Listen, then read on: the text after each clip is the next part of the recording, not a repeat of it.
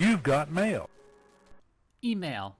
Everyone uses it, everyone has one, everyone knows how to use it. Yet this technology is still surprisingly new. It wasn't that long ago that email flat out did not exist. If you were born prior to 1990, you do not have this sort of tech that we now take for granted. It's allowed connections with business, friends, and family almost anywhere in the world, even during the height of a war. That last point is where we'll be focusing today. Prior to cellular devices and internet, snail mail was our World Wide Web.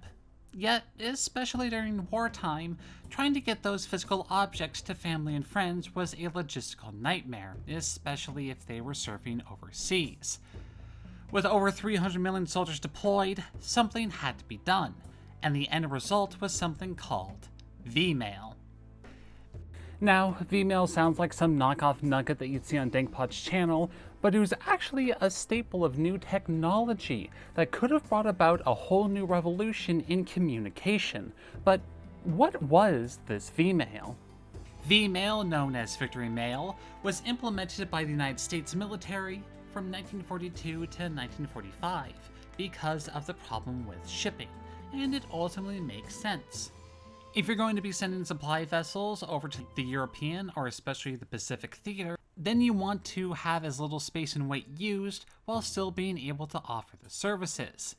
And a metric ton, well, thousands of metric tons, was sent via the military mail system. An unprecedented amount of mail was moved about during the war, with Army post offices, fleet post offices, and US post offices flooded with mail. And each year, the amount that was being sent only increased more and more.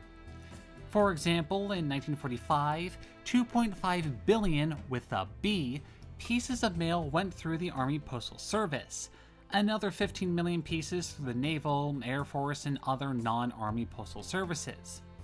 To bring mail services to those serving worldwide, the military postal system required a global network, and to do this, the Americans would look to the British for innovation.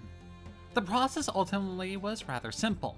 There would be particular forms that one would use and write their message on, where they would be photographed onto microfilm via a quick processing photo machine. These negative reels would then get sent via boat or airplane to sorting offices in designated cities, where they would go through a 5-step process. Firstly, the film was enlarged onto rolls of photographic paper to make the message actually legible. These rolls of paper would then go through developing tanks to actually develop the film from the original negatives. Thirdly, a host of individuals would manually check each developed roll of film to see if there are any major defects, before sending them off to be separated into their own individual messages. These individual messages would then be sent like regular mail to their destination. Imagine it akin to scanning and printing a copy in more modern times.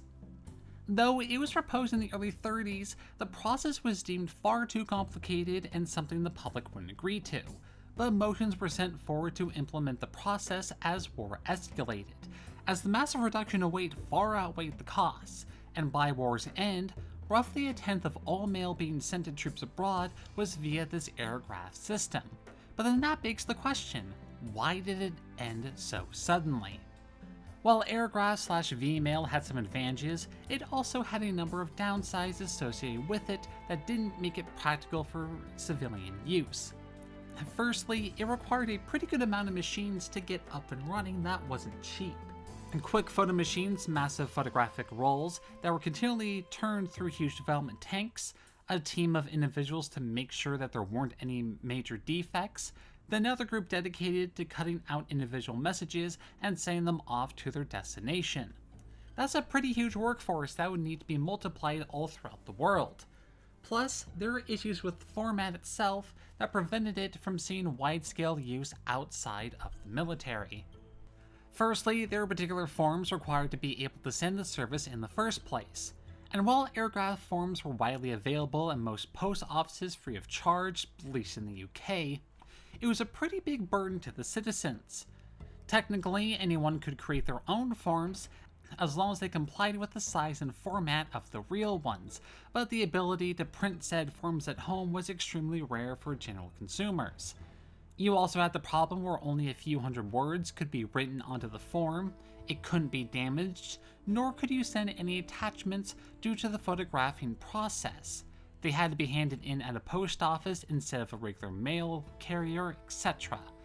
These barriers to entry made it not convenient to folks, and another factor on top of that was that of public perception. See, unlike regular mail that was sealed and conversations were largely private between the writer and receiver, V-mail did not have that same luxury. V-mail had to be handed in at a post office unsealed, and then handled first by censors, then by sorters and other processing personnel, and it was kind of expected that everyone who handled the forms would read them, so private details of one's life would be known. And on top of everything else, that the manpower and machinery required to process this was simply too much of a burden compared to the regular mail services, and with the massive demobilization following World War II, its purpose kinda went out the window, with all V-mail services being stopped by July of 1945 when the production of the forms were halted, though the service would still be offered until March of '46 when all of the pre-established forms had run out. Now you may be wondering, why do we care about some weird footnote in snail mail history? And the matter of fact is that for many tales of World War II, this was how they communicated. This is how individuals both on the home front and back at home communicate with their loved ones. The horrors and tales of war and the memories of their past life was communicated via this method. And for that reason alone, V-mail should be remembered. Be sure to like the video and subscribe to my channel. It costs you nothing, and I wish you all the best.